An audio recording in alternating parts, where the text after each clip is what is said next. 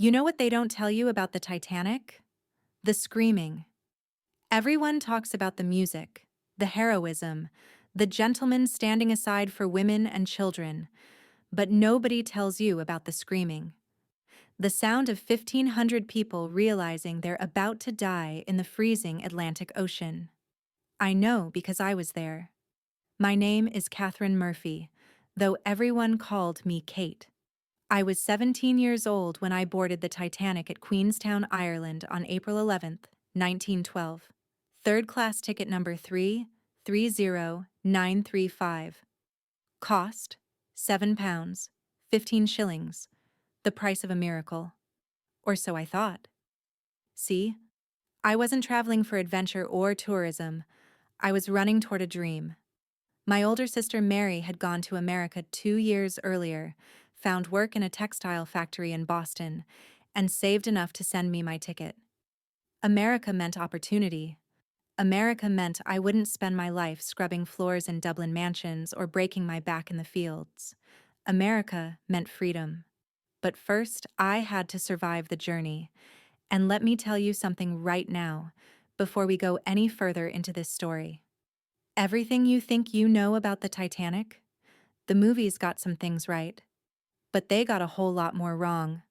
So let me take you back. Back to April 1912. Back to when I was young and terrified and excited all at once. Back to the greatest ship ever built and the moment everything changed forever. This is my story. The real story of what it was like to be a third-class passenger on the Titanic. The first time I saw her, I cried. I'm not ashamed to admit it. Standing on the dock at Queenstown with my small trunk containing everything I owned in the world, staring up at that massive black hull with the 4 enormous smokestacks reaching into the gray Irish sky. I couldn't help it. Tears just streamed down my face. She was impossibly big. I'd grown up around ships. Queenstown was a port town. But nothing, and I mean nothing, prepared me for the Titanic. She made every other vessel look like a child's toy. They said she was unsinkable, and looking at her, you believed it. She looked like a floating city, like something that had no business actually moving through water. First time across? A voice beside me asked. I turned to see a woman about my mother's age, maybe 40, with kind eyes and a worn shawl. She had a young boy clutching her skirt. Couldn't have been more than 5 years old. Yes, I managed, wiping my eyes quickly. I'm going to Boston. My sister's there. We're going to New York, she said. My husband went ahead last year, got work on the docks, sent for us when he could. She held out her hand. Margaret O'Brien. This is my son, Tommy. Kate Murphy, I said, shaking her hand. Tommy peeked at me from behind his mother's skirt, then gave me a gap-toothed smile. I didn't know it then, but Margaret and Tommy would become my lifeline over the next few days. The closest thing I had to family on that ship. The boarding process for third-class passengers wasn't exactly glamorous. We didn't get to walk up the grand gangway that the first-class passengers used. No, we went through a side entrance, and before we could even step onto the ship, we had to go through inspection. Medical examination, they called it. They were checking for lice, for disease, for anything that might cause problems when we reached America.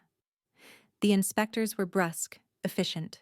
They checked our hair, our teeth, our hands, asked us questions about our health. I watched them turn away an elderly man who was coughing too much, and my heart broke for him. He'd probably spent his life savings on that ticket. But I passed. Margaret and Tommy passed. We collected our boarding cards and finally stepped onto the Titanic. Even the third-class entrance was impressive. The walls were painted white enamel, clean and bright. There was actual electric lighting, which was still a marvel to someone like me who'd grown up with gas lamps and candles.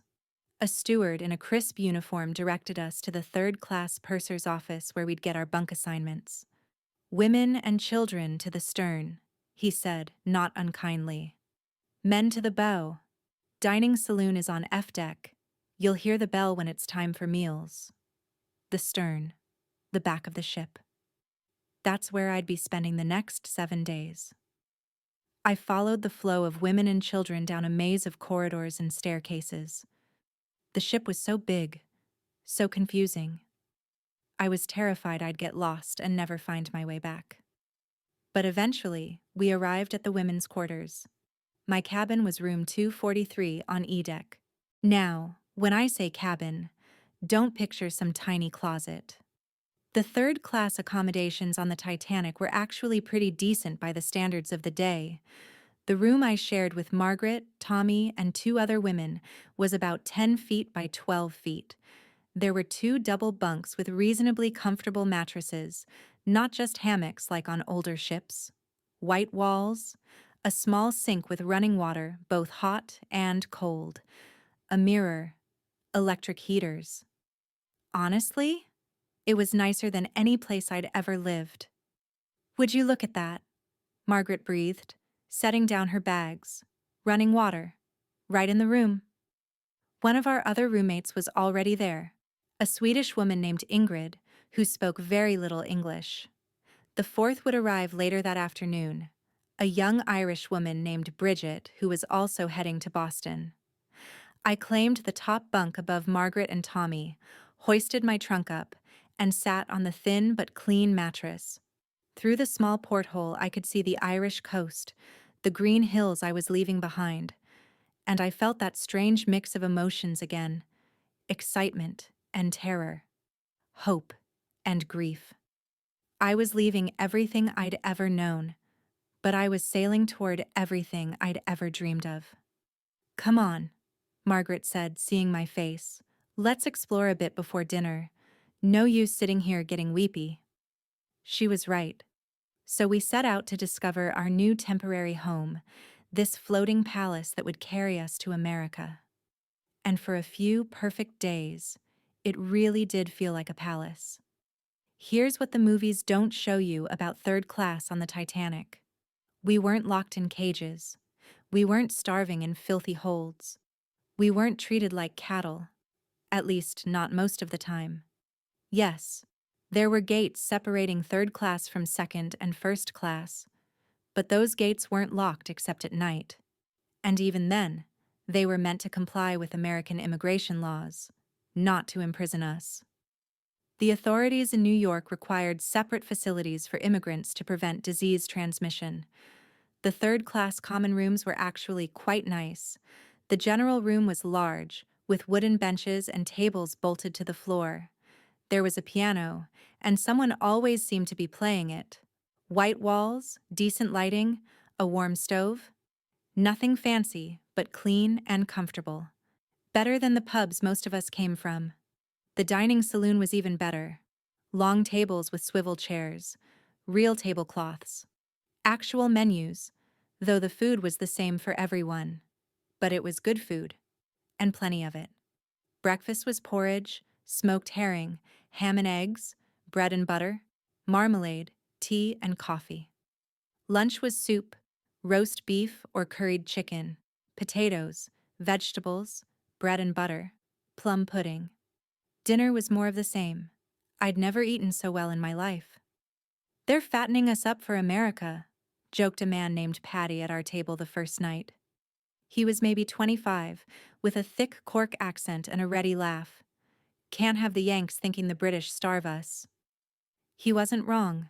The White Star Line knew that immigrant passengers talked. If the food was good and the accommodations decent, word would spread. More tickets sold.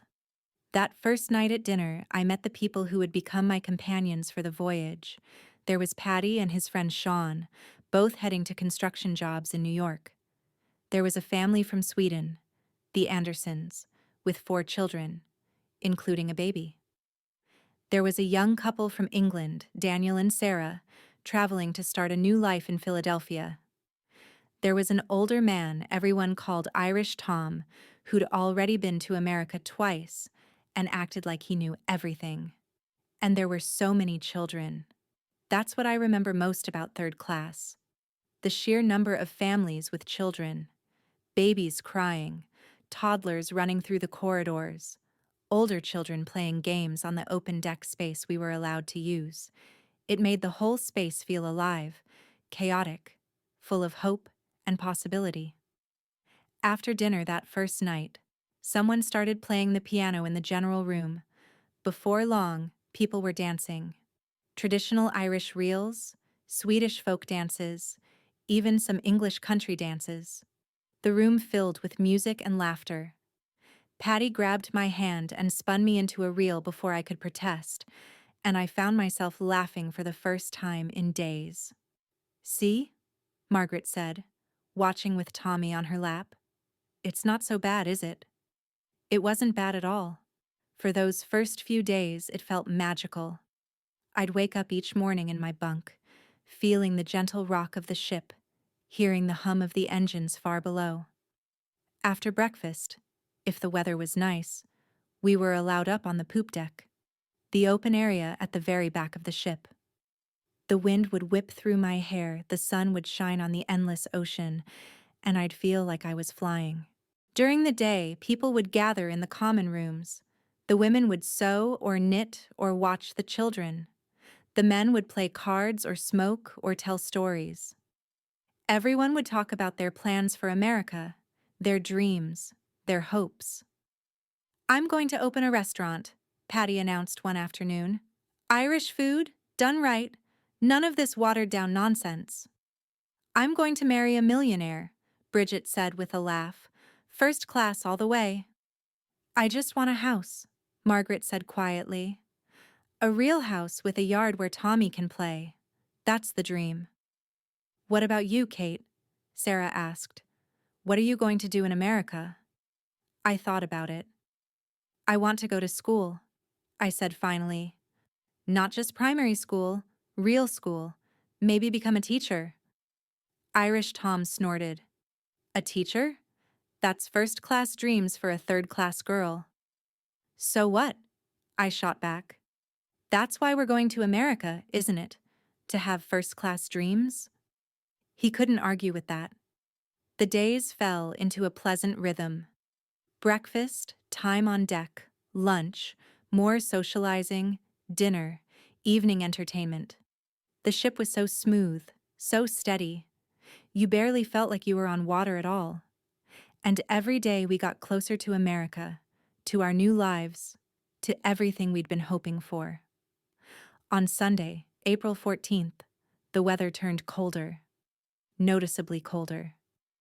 We'd been sailing south and then west, and we were getting into the shipping lanes where we'd turn northwest toward New York. The stewards told us we were making excellent time. At this rate, we'd arrive in New York Wednesday morning instead of Wednesday afternoon. "Faster is better," Sean said. "I'm ready to see New York." That Sunday evening, we had a prayer service in the general room. It was informal, volunteer-led. One of the Swedish men read from a Bible in Swedish. Then Irish Tom read the same passage in English. We sang hymns. Some people cried, thinking of the homes they'd left behind. I remember thinking how lucky I was. Lucky to be on this ship, with these people, heading toward a better life. Lucky that the journey was going so well. Lucky that in just 3 more days I'd see Mary again. After the service, a group of us stayed up late in the general room. Someone was playing slow, melancholy tunes on the piano. Margaret had taken Tommy to bed, but I wasn't tired yet. Patty and Sean were teaching Bridget and me an Irish card game. Daniel and Sarah sat close together, whispering and laughing. Around 10 o'clock, a steward came through and told us to get to bed. "Early morning tomorrow," he said cheerfully, "last full day at sea." We reluctantly dispersed, heading back to our cabins. I crawled into my bunk around 10:30, still fully dressed except for my shoes. It was freezing now, cold enough that you could see your breath in the cabin despite the heater. I pulled the thin blanket up to my chin and stared at the dark ceiling, listening to the steady rhythm of the engines. Just 3 more days. 3 more days and I'd be in America.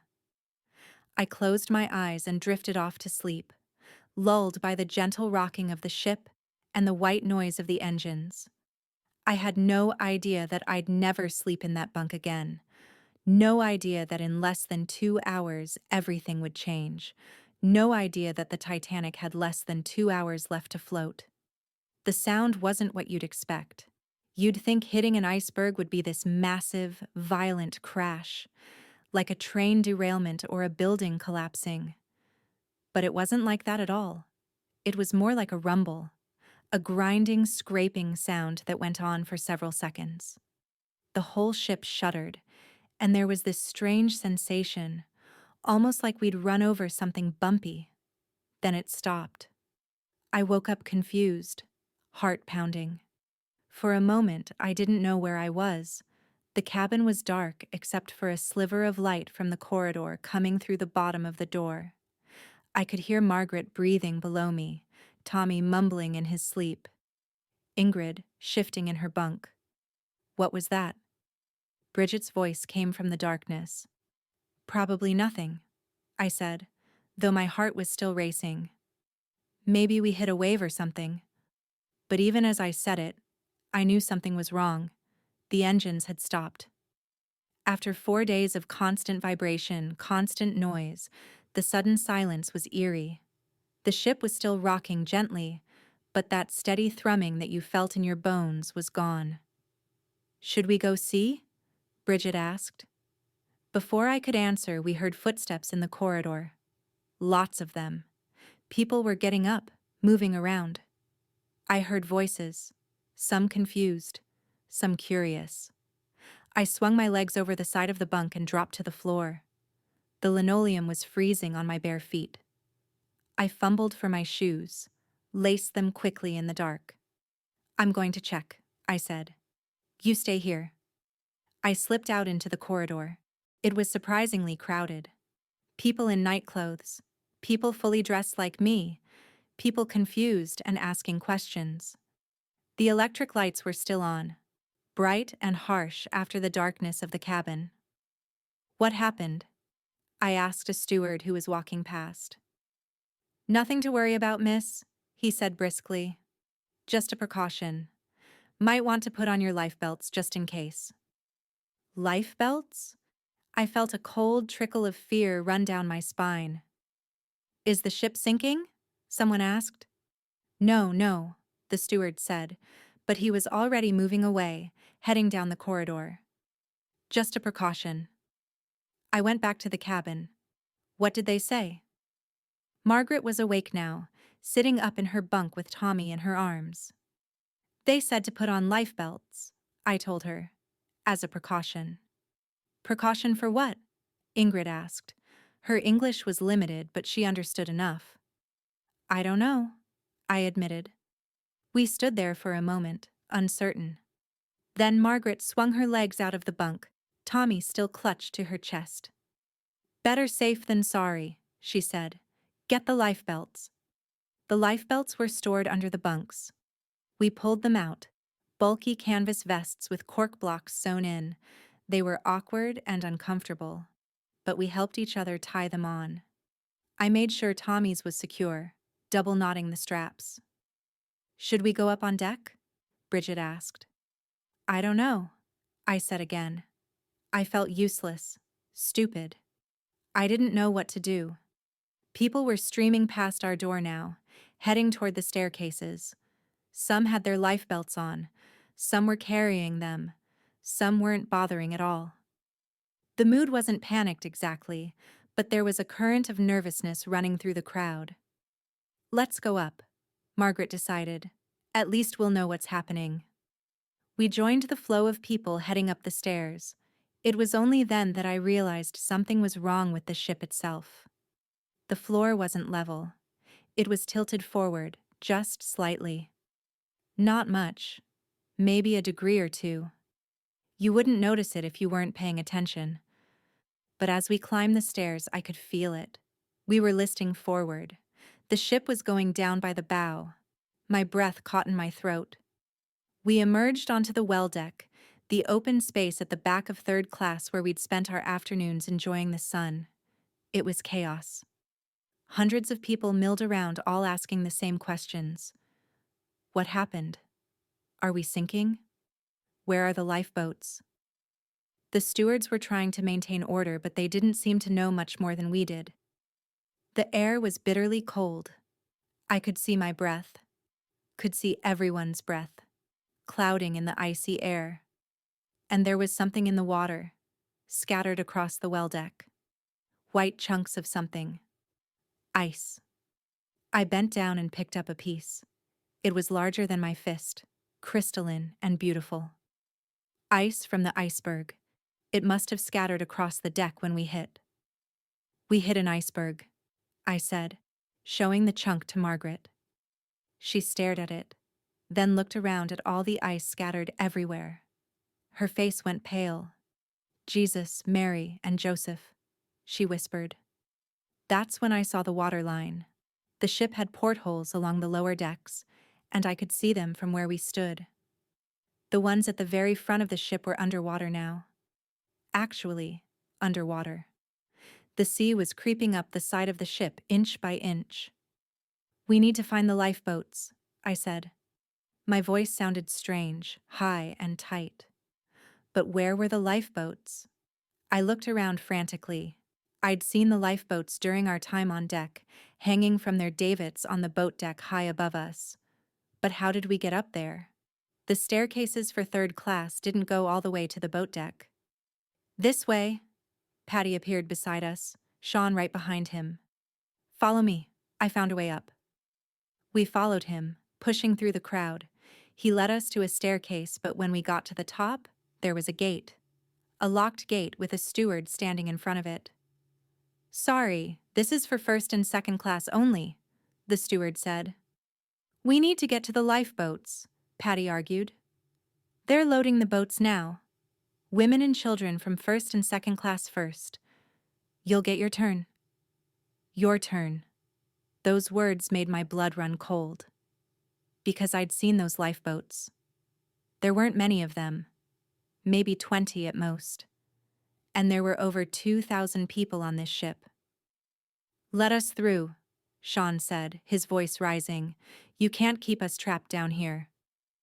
I have my orders, the steward said. His hand went to his pocket, where I could see the outline of a whistle. Please return to your deck. You'll be notified when it's time to board the boats. The ship is sinking, a woman screamed behind us. Let us through. The crowd surged forward. The steward blew his whistle, and suddenly there were more crew members, pushing us back, shouting at us to stay calm, to return to our cabins, to wait for instructions.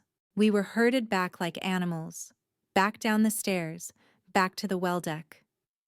People were crying now, shouting, demanding answers. Tommy was sobbing in Margaret's arms. Bridget clutched my hand so tightly it hurt. There has to be another way, I said. There has to be. The ship tilted further forward. More water was visible through the portholes now. I could see it sloshing in the corridors below, rising steadily. The bow was definitely going down. The stern, where we stood, was rising slowly out of the water. This was really happening. The Titanic was sinking, and we were trapped below decks.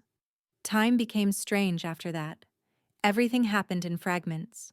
Moments of clarity separated by confusion and panic. I can't tell you exactly how long we were trapped on that well deck, or how many times we tried to find a way to the lifeboats. It might have been 20 minutes. It might have been an hour. But I remember specific things with perfect clarity. I remember Irish Tom finding us and telling us he knew another way up. We followed him through a maze of corridors, through third class, through what might have been crew quarters. We passed rooms where water was already flooding in, dark and oily, and so cold you could feel it even without touching it. We came to another gate. This one was unlocked. Come on, Irish Tom said, pushing it open. We rushed through, maybe 20 or 30 of us now, up a narrow staircase, metal stairs that rang under our feet. Up and up and up. We emerged into a section of the ship that was completely different from third class. Carpeted floors, wood paneling, paintings on the walls. Second class. Keep moving, Irish Tom urged. This way. We ran through corridors that were mostly empty now. Everyone was up on deck. We passed open doors showing abandoned cabins, belongings scattered everywhere. Someone's glasses on a nightstand, a child's doll on the floor, another staircase, wider now, grander. We climbed, and then we were outside again, but on a different deck, higher up, and I could see them, the lifeboats. They were launching them, lowering them down the side of the ship. Big white boats swaying as they descended on ropes and pulleys. And there were crew members everywhere, officers in uniform, shouting orders, trying to maintain some kind of order. "Women and children!" an officer shouted. "Women and children this way!" Margaret, Bridget, Ingrid, and I pushed forward. We were still holding hands, a chain of 4 women with Tommy clinging to his mother. Other women from third class were with us, other children. "Please," Margaret begged when we reached the officer. "Please, we need to get in a boat." He looked at us, at our rough clothes, our third-class life belts. For a moment I thought he'd refuse, but then he nodded. "This boat here," he said, gesturing to a lifeboat that was being loaded. "Quickly now, women and children only." We rushed forward. The lifeboat was already half full. Women in fur coats, women in expensive dresses, women clutching jewelry cases. First-class passengers. They looked at us with a mixture of fear and disdain as we climbed in. I helped Margaret get Tommy into the boat, then reached for Bridget's hand. That's when Patty appeared. "Kate," he said. "Kate, wait." I turned. He was standing at the rail with Sean, both of them looking lost. "You'll be all right," Patty said. It wasn't a question. It was like he was trying to convince himself. "You'll be all right, and we'll see you in New York." "Patty," I started. "Any more women?" the officer called. "We need to launch now." "There are more," I said. "There are hundreds more down below, third-class women and children. They can't find their way up." "We can only work with who's here," the officer said sharply. "Get in the boat or get out of the way." I looked at Patty, at Sean, at Irish Tom who'd led us up here, at the other third-class men who'd made it this far, but who wouldn't be allowed in the boats. "Get in, Kate," Margaret said. She was already in the boat, holding Tommy. "Please, get in." I climbed in. The boat was crowded now, maybe 40 women and children. Too many, probably. We were packed in tight, pressed against each other. I could barely move. "Lower away," the officer shouted. The boat lurched, then began to descend. I looked up at the deck, at Patty and Sean and Irish Tom and all the other men standing at the rail, watching us go. Patty raised his hand in a wave. I waved back, tears streaming down my face. We dropped jerkily down the side of the ship. The Titanic loomed above us, impossibly huge, lights blazing from every window and porthole. I could hear music playing, the ship's band, somewhere up on the higher decks, playing ragtime. I could hear shouting, crying, the creak of the ropes as our boat descended. And then, we hit the water. The impact was harder than I expected. We rocked violently, and several women screamed. Someone grabbed the oars and we started to push away from the ship. "Row!" a woman shouted. "We need to get clear!" We rowed clumsily, awkwardly. Most of us had never handled an oar before, but we managed to pull away, putting distance between us and the Titanic. Only then did I really look at the ship. She was going down. The bow was completely underwater now. The front half of the ship was submerged, and the stern was rising up out of the water at an increasingly steep angle. People were sliding down the decks, grabbing onto railings, screaming. More lifeboats were in the water now, maybe a dozen of them, rowing away in all directions. But there weren't enough boats. There weren't nearly enough boats. I could see hundreds of people still on the ship. Maybe more than 1,000. Crowded onto the stern, the only part still above water.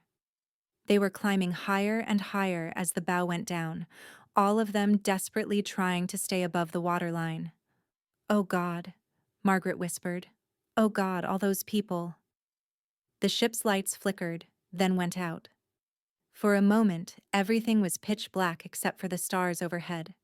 Then the lights came back on, dimmer now, powered by emergency generators. In that brief darkness, I heard it. The screaming. 1,000 voices screaming in terror and desperation. The sound echoed across the water, inhuman and terrible. I've never heard anything like it before or since. The sound of people who knew they were about to die. "We should go back," someone said in our boat. "We should pick up more people." "We can't," another woman said. "We're already overloaded. If we go back, they'll swarm us and we'll sink too." "But those people, we can't save everyone." We sat there in the boat, drifting in the freezing Atlantic, watching the Titanic die. The stern rose higher and higher. It was almost vertical now, the massive propellers visible above the waterline. People were jumping off, falling through the air, splashing into the black water. And then, with a sound like thunder, the ship broke in half. The front half, already submerged, tore away from the back half. For a moment, the stern settled back down, almost horizontal again. People scrambled across the deck, maybe thinking they had more time. But then the stern started to go down. Faster now. Much faster. The back half of the ship tilted up again, rising higher and higher until it was completely vertical. It hung there for a moment, suspended between the sea and sky, lights blazing, hundreds of people clinging to the rails. Then it slipped beneath the water. Just like that. Smoothly, almost gently. The Titanic slid under the surface and disappeared, leaving only a swirling whirlpool of debris and thrashing bodies. The screaming got worse. People in the water calling for help, calling for the boats, calling for God. The sound was unbearable. I put my hands over my ears, but I could still hear it. Margaret was sobbing, rocking Tommy back and forth. Other women were praying, crying, staring in shock. "We have to go back," I said. "We have to pick up survivors." "We can't," the woman at the rudder said again. "I'm sorry, but we can't. They'll pull us under." "They're dying," I said. My voice rose to a scream. "They're freezing to death and we're just sitting here." "I'm sorry," she said. And she did sound sorry. But she didn't turn the boat around. We sat there for what felt like hours but was probably only minutes. And one by one, the voices in the water fell silent. Not all at once. Gradually. The screams became cries, the cries became moans, the moans became silence. The human body can only survive about 15 minutes in water that cold. Their hearts just stopped. One by one, they died. And we listened to it happen. When the last voice finally fell silent, the ocean was quiet except for the lapping of waves and the creaking of our boat. The sky was clear, filled with more stars than I'd ever seen. A calm, beautiful night.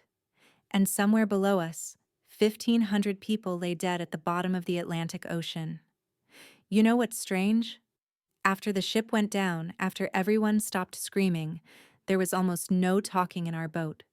We just sat there in the darkness, wrapped in whatever coats or blankets we had, shivering in the freezing air. Tommy had stopped crying. He was in shock, I think. Just sat on Margaret's lap, staring at nothing. I looked at the other boats scattered across the water. Maybe 18 or 20 of them, most only half full. If they'd filled every boat to capacity, they could have saved more people.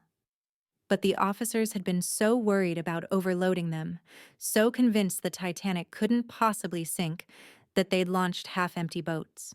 The Californian came up in the trial later. There was another ship, close enough that we could see her lights on the horizon. The Californian. She'd stopped for the night because of ice. Her radio operator had gone to bed. We'd sent up distress rockets. 8 of them. White stars bursting in the sky. The Californian's crew saw them. But they thought they were just company signals, ships communicating with each other. They didn't realize we were in distress. If they'd known. If they'd come. They could have been there in an hour. They could have saved everyone. But they didn't know. So we sat in our boats, drifting in the darkness, waiting for a rescue that seemed like it would never come. The cold was the worst part. It seeped into your bones, made your fingers and toes go numb. Several of the older women in our boat were in bad shape, shaking uncontrollably, their lips blue. One woman just closed her eyes and didn't open them again. We tried to wake her, but she was gone, died from exposure right there in the boat with us. There, someone said, pointing. Do you see that? On the horizon, lights. A ship. It's coming. Margaret breathed. Thank God it's coming. The Carpathia. She'd received our distress call and had steamed at full speed through ice-filled waters to reach us. Dangerous. Incredibly dangerous. But her captain had done it anyway. The sky was starting to lighten when she arrived. Dawn, turning the eastern sky gray and pink. The Carpathia was smaller than the Titanic, nowhere near as grand, but she looked like the most beautiful thing I'd ever seen. They lowered rope ladders and hauled us up one by one. Strong sailors reached down, grabbed our hands, pulled us onto the deck. Someone wrapped a blanket around me. Someone else pressed a cup of hot coffee into my hands. I was alive. We'd survived. But as more boats came alongside and more survivors climbed aboard, the reality set in. There were so few of us. So few. Maybe 700 people. Out of more than 2,000. I stood at the rail, wrapped in my blanket, watching them bring up the bodies. Not many. Most were still in the water, would never be recovered, but a few floated close enough to fish out. They laid them on the deck, covered them with canvas. I saw a baby. Couldn't have been more than a year old. Just lying there, still and pale and so small. I turned away and vomited over the side. Kate. I looked up. Bridget was there, her face gray with exhaustion. Have you seen Ingrid? She asked. I shook my head. We searched the deck, asking everyone. No one had seen her. She wasn't in any of the boats that came to the Carpathia. Ingrid was gone. So was Patty. So was Sean. So was Irish Tom. So were the Andersons. All of them. The whole family. So was Daniel, though Sarah had survived. So were most of the third-class passengers I'd met over those few days. Of the approximately 700 third-class passengers on the Titanic, only about 180 survived. Most of them were left behind, trapped below decks or unable to find their way to the boats. We were the lucky ones. The Carpathia took us to New York. It took 4 days. 4 days of sailing in near silence, survivors wrapped in blankets, staring at nothing. Some people talked, shared their stories. Most didn't. What was there to say? When we finally arrived in New York on April 18th, there were thousands of people at the dock. Reporters, family members, the curious. They swarmed us as we came off the ship, shouting questions, taking photographs. What was it like? Did you see the ship sink? Did you lose anyone? How did you survive? I pushed through them, looking for Mary. And there she was. My sister. Looking older than I remembered, but unmistakably Mary. She saw me and screamed, running forward, wrapping her arms around me so tightly I couldn't breathe. Kate, she sobbed. Kate. Kate, I thought you were dead. I thought I'd lost you. I hugged her back, and finally, I let myself cry. Really cry. All the tears I'd been holding back for days poured out. I cried for the ship, for Ingrid and Patty and all the people who didn't make it, for the lost dream of what the journey should have been. But I was alive. Against all odds, I was alive. Here's what they don't tell you about survival. It doesn't feel like winning. Everyone wanted to hear the story.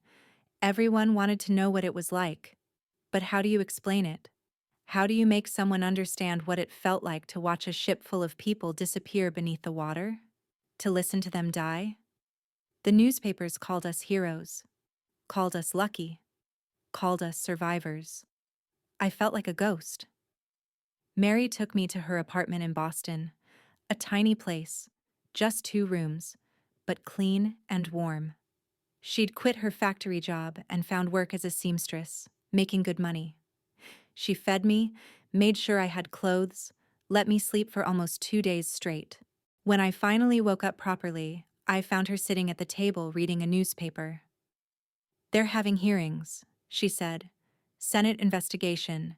They want to know what happened, why there weren't enough lifeboats, all of that." "Will they ask us?" I said. "The survivors?" "They're mostly talking to officers and crew," Mary said, "and first-class passengers. I don't think they care much what third class has to say." She was mostly right about that. Oh, a few third-class passengers testified. But the hearings focused on the officers, on the decisions made, on the technical failures, on whether Captain Smith had been reckless, whether the Californian could have saved us, whether the White Star Line had prioritized profit over safety. All important questions. But they didn't capture the real story. They didn't talk about the locked gates, about the third-class passengers trapped below, about how we had to find our own way up, how many didn't make it because they couldn't navigate the maze of corridors and locked doors. They didn't talk about how the officers loaded lifeboats half empty while third-class families drowned. They didn't talk about how the poor died in far greater numbers than the rich. But we knew. The survivors knew. Margaret found me about a month after we arrived. She'd gotten to her husband in New York, and they'd decided to move to Boston too. Tommy was doing better, she said, though he still had nightmares. Woke up screaming about the cold water. "We should stick together," she said. "Those of us who made it. We understand each other." She was right. Over the next few years, I kept in touch with several Titanic survivors in Boston. We'd meet for tea sometimes, just sit together. We didn't always talk about the ship. Often we didn't. But there was a comfort in being with people who understood, who'd been there. I eventually went back to school, like I'd planned. It took me longer than it should have. I was 23 when I finally finished. Became a teacher like I'd dreamed. But I did it. I got married at 26 to a good man named John, a printer who'd immigrated from Germany. We had 3 children. I never told them about the Titanic when they were young, didn't want to scare them. But when they got older, I told them everything. I lived a full life, a good life. But I never forgot. Every April 15th, no matter where I was or what I was doing, I'd stop and remember. Remember Patty's laugh, Ingrid's smile, Irish Tom's stories, the Anderson children playing in the corridor. I'd remember the music playing as the ship went down, the way the lights flickered, the screaming, and I'd remember how lucky I was. Not lucky to have been on the Titanic, lucky to have survived it. I'm 92 years old now. Most of the other survivors are gone. Every year there are fewer of us. Soon there will be none, and the Titanic will pass from living memory into history. But I need you to understand something. The Titanic wasn't just a tragedy. It wasn't just a ship sinking. It was a mirror held up to society, showing us exactly who we valued and who we didn't. The rich survived. The poor died. First-class women and children had an 85% survival rate. Third-class women and children? About 40%. For men, it was even worse. First-class men had about a 30% survival rate. Third-class men, about 15%. Those aren't random numbers. That's systematic failure. And here's what really gets me. People still don't get it. Even now they focus on the romance, the heroism, the tragedy. They make movies about the beautiful first-class passengers falling in love. They talk about the band playing on. They don't talk about the locked gates. They don't talk about the language barriers that kept non-English speakers from understanding evacuation orders. They don't talk about how the crew prioritized the wealthy over everyone else. They don't talk about how third class was left to die. I'm not saying the rich didn't suffer. They did. Everyone on that ship suffered. But some people had a much better chance of survival than others. And it wasn't because of random luck. It was because of how society was structured. Because even in disaster, even in crisis, we ranked human lives by class and wealth. That's the real lesson of the Titanic. Not that tragedy can strike anyone.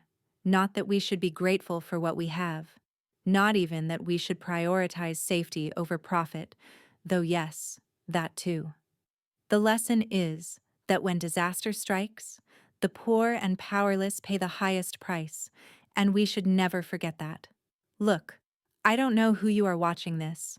Maybe you're a history buff who's read every book about the Titanic. Maybe you just watched the movie and wanted to learn more. Maybe you're in school and you're writing a paper. But I want you to take something away from this. When you hear about disasters, about tragedies, about crises, whether it's a ship sinking or a pandemic or a natural disaster, ask yourself who's being left behind. Ask yourself whose stories aren't being told. Ask yourself who's dying because they couldn't afford better. Because it's still happening. Maybe not on sinking ships, but in 1,000 other ways. Healthcare, housing, education, climate change. Every crisis reveals the same inequalities that the Titanic revealed more than a century ago. And if we don't learn from it, if we don't change, then all those people died for nothing.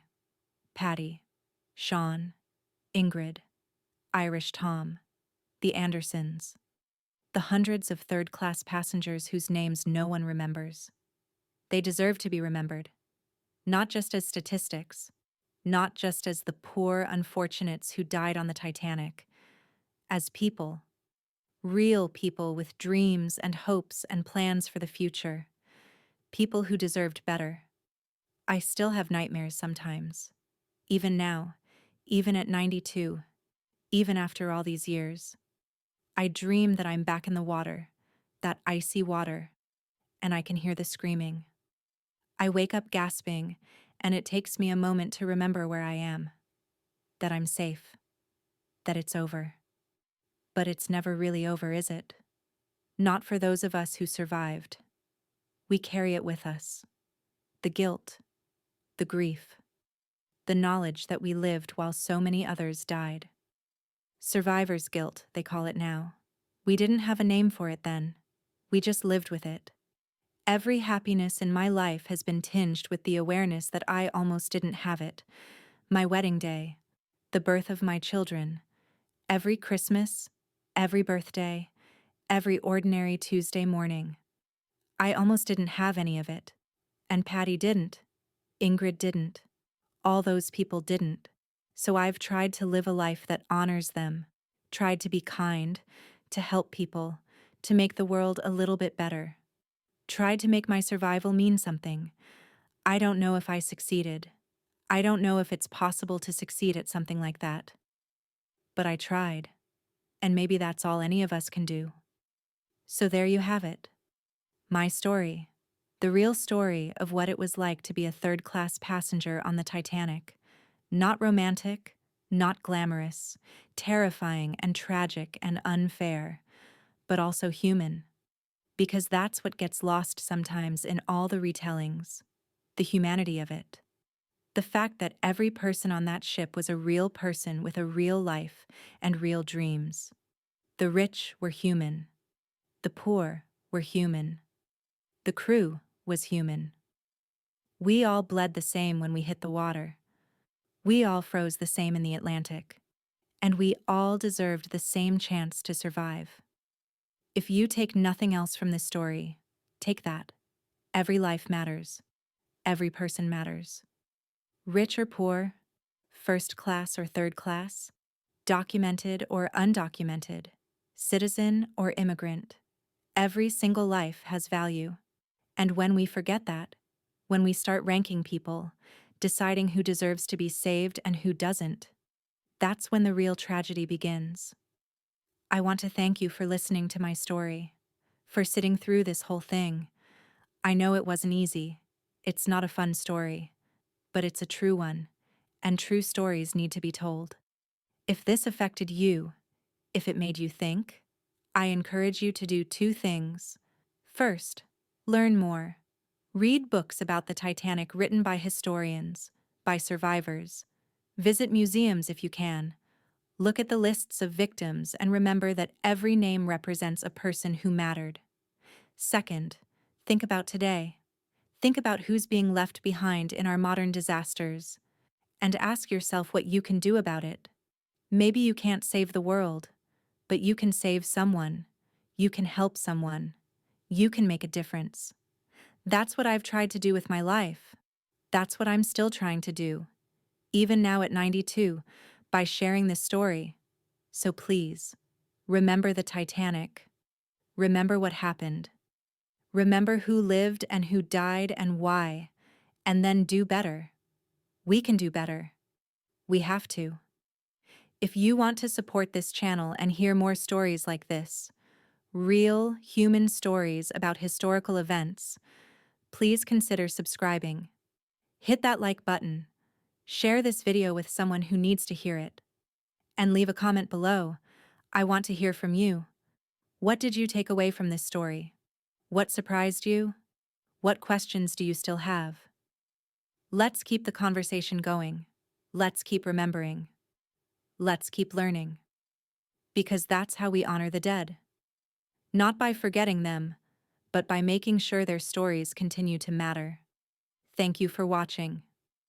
Thank you for remembering. And thank you for caring. Until next time.